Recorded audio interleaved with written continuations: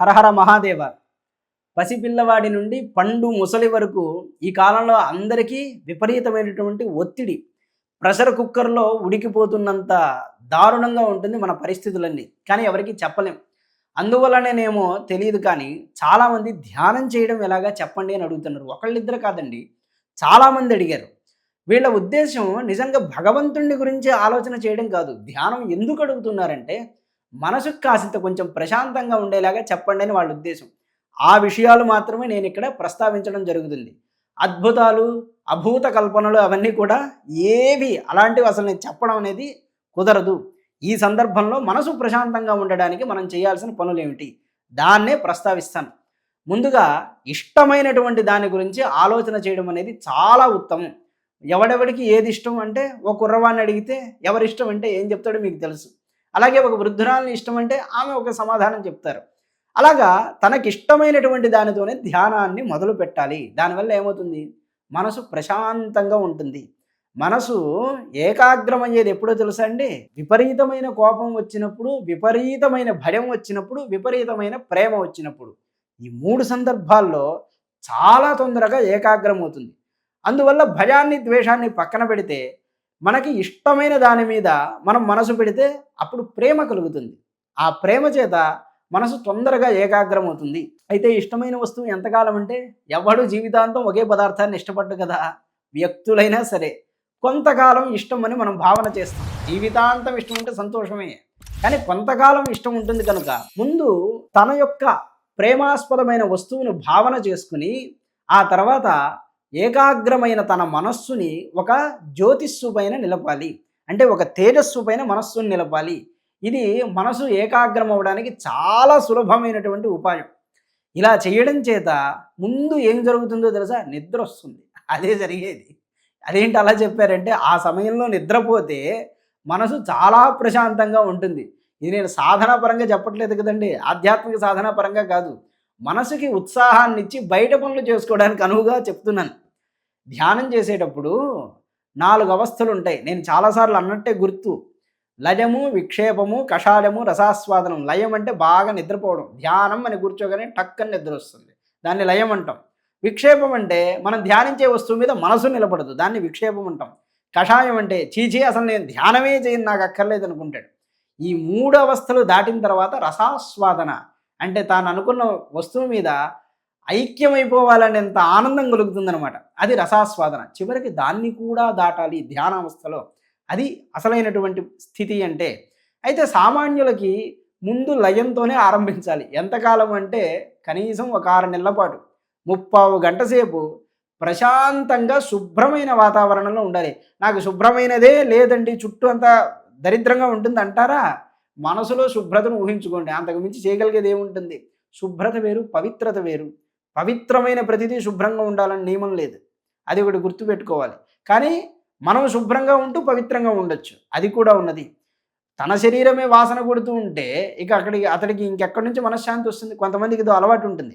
ఆధ్యాత్మికంగా ఉండాలి అనుకుంటే దగ్గరికి వెళ్తే వాసన వస్తుంది. అలా ఉండకూడదు, పొరపాటు సుమ. శుభ్రంగా ఉండాలి. చక్కగా మంచి దర్జాగా ఉంటే ఎవరైనా వీడి అంతా భోగ పురుషుడని విక్రిస్తూ ఉంటారు తెలుసండి. యాజ్ఞవల్క్య మహర్షి చక్కగా ఒంటికి గంధలేపనం చేసుకుని పూలమాలలు వేసుకుని ఉండేవారు. మనకి సీరియల్లో చూపిస్తున్నట్టు బేలగా ఉండేవారు కదా యాజ్ఞవల్క్య మహర్షి. మంచి చక్కటి భోగపురుషుడు అన్నట్టు ఉండేవాడు ఆయన. ఎందుకంటే ఎక్కడ ఎలా ఉండాలో తెలిసిన స్వామి. ఆ విధంగానే మనం ఉండాలి. మన మహర్షులందరూ అలా ఉన్నారు.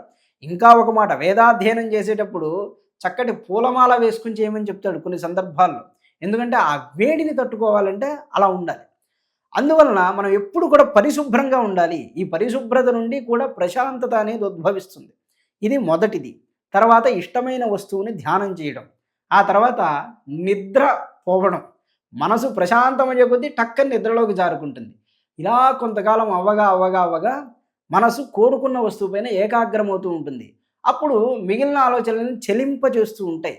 ఆ సమయంలోనే నేను ఇందాక చెప్పానుకుంటా, జ్యోతిస్సు మీద మనస్సును నిలపాలి. ఇష్టమైనటువంటి వస్తువుని ధ్యానం చేస్తూ క్రమంగా ఒక తేజస్సుని భావన చేయాలి.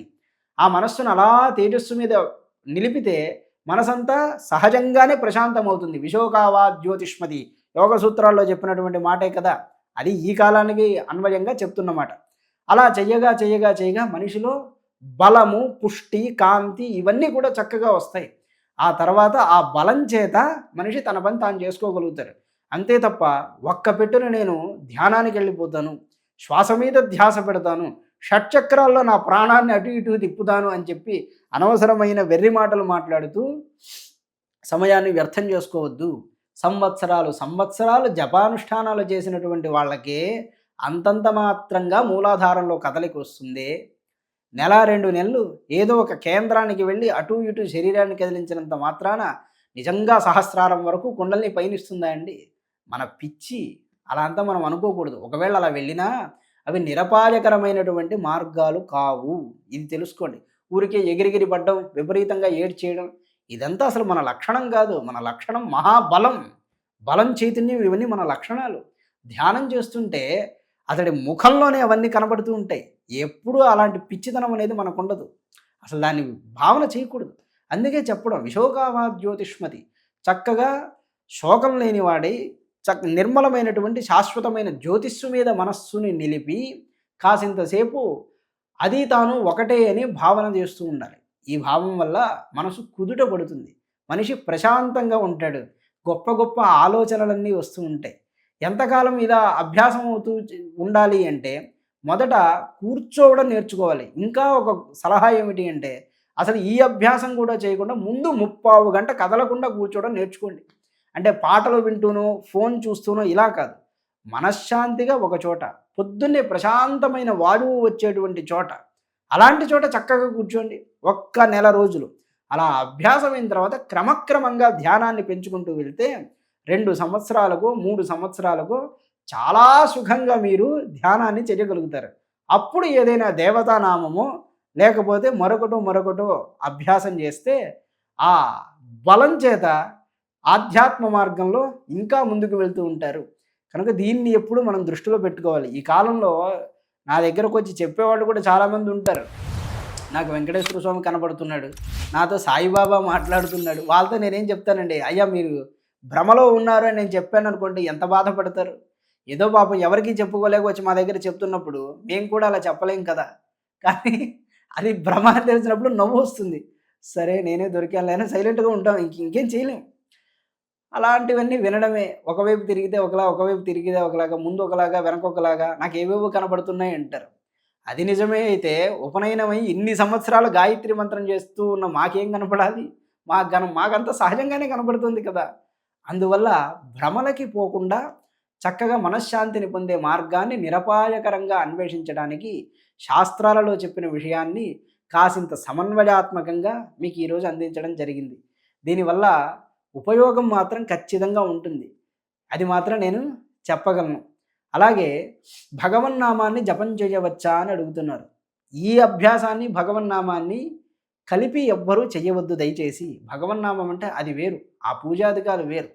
సహజంగా చేసుకోవచ్చు. ఇది ఏ నియమం లేకుండా మనసు శాంతిగా ఉండడం కోసం చెప్పేటువంటి విషయాలు. దీన్ని అర్థం చేసుకుని జీవితంలో కొంచెమైనా మీరు ఆచరించగలిగితే మాత్రం ఖచ్చితంగా మనశ్శాంతిని పొందుతారు. రేపు ఇంకో కొత్త విషయాన్ని తెలుసుకుందాం. నమస్కారం.